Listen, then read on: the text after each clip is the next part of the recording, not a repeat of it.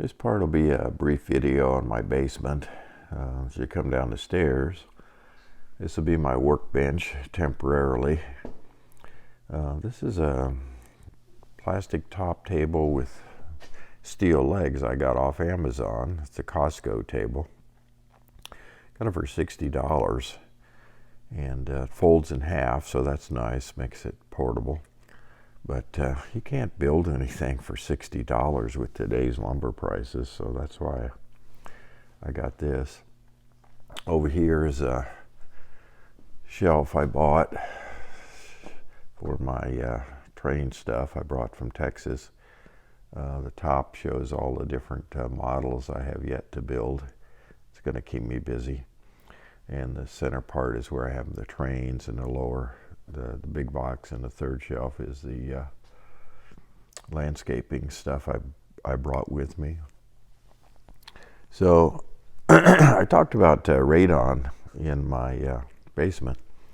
So I've got that fixed. Over here in the corner is this pipe, and what they do to fix radon is they drill a hole into the basement floor. There's gravel under the whole slab, and then on the outside of the house there's a fan that's integrated into the pipe, and it sucks the air out from under the slab and pushes it outside, and it dissipates immediately.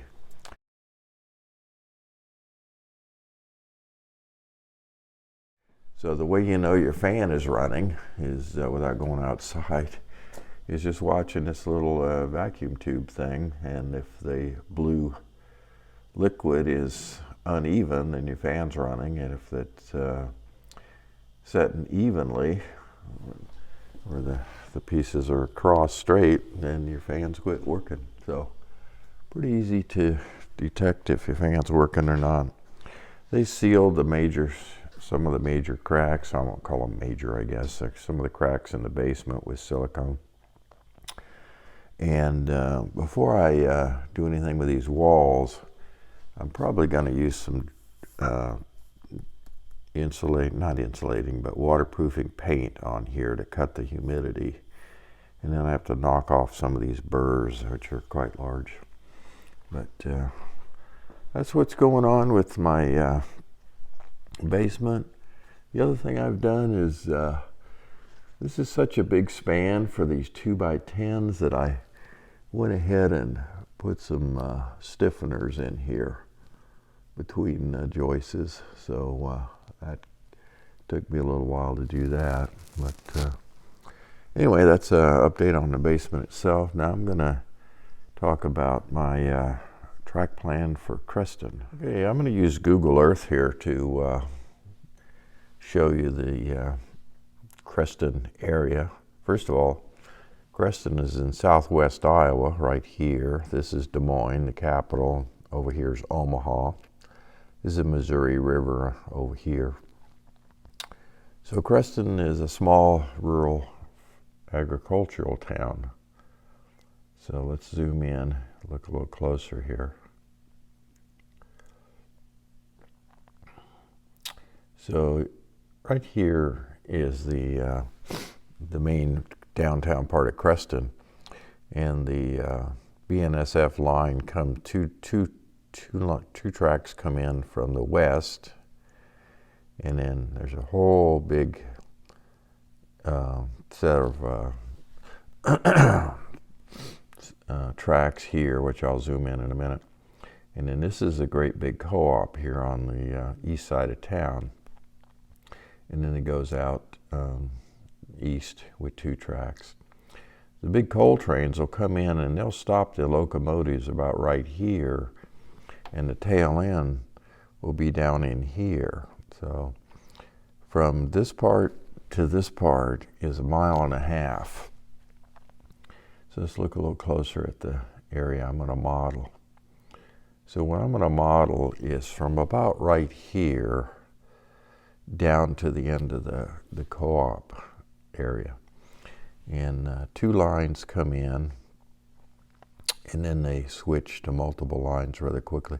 This is the Creston Depot, which is now the city.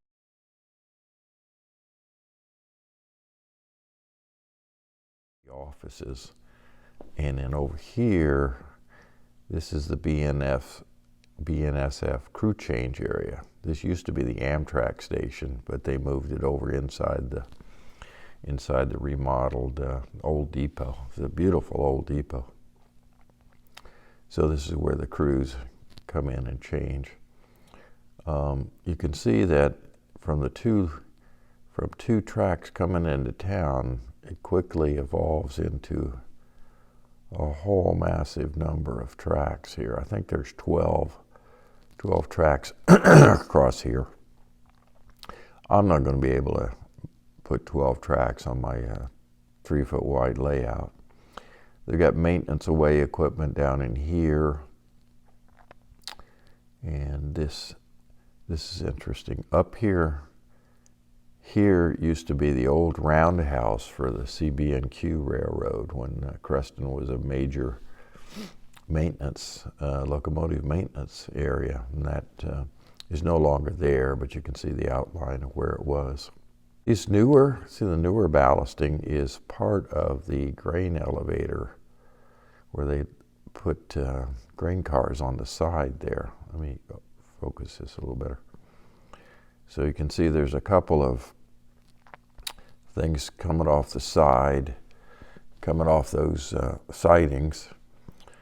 And then over here, let me get that a little bigger.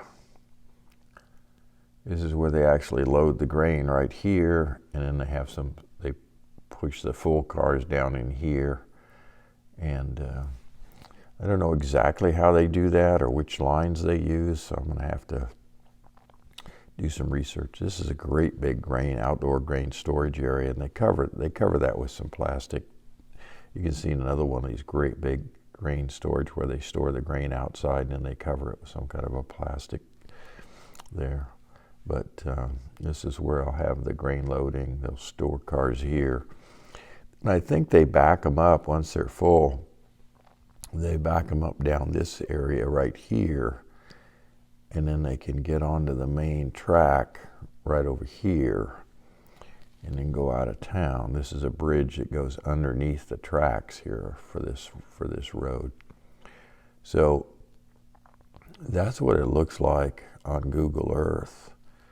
And of course, I can't model 1.5 miles in the space I have. So what I'm doing is in my my AnyRail system, excuse me, I'm modeling, and this will change, the scale on this will probably change a little bit, but I'm going to do 5 tracks across here, including the track for the grain cars. And here will be the depot. That's not to scale. It'll be bigger than that. I don't know what I'm going to use for depot because there's nothing like it in models.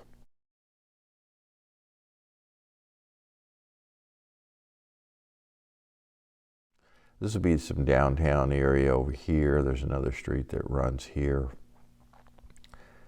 And then I'll have some houses over here.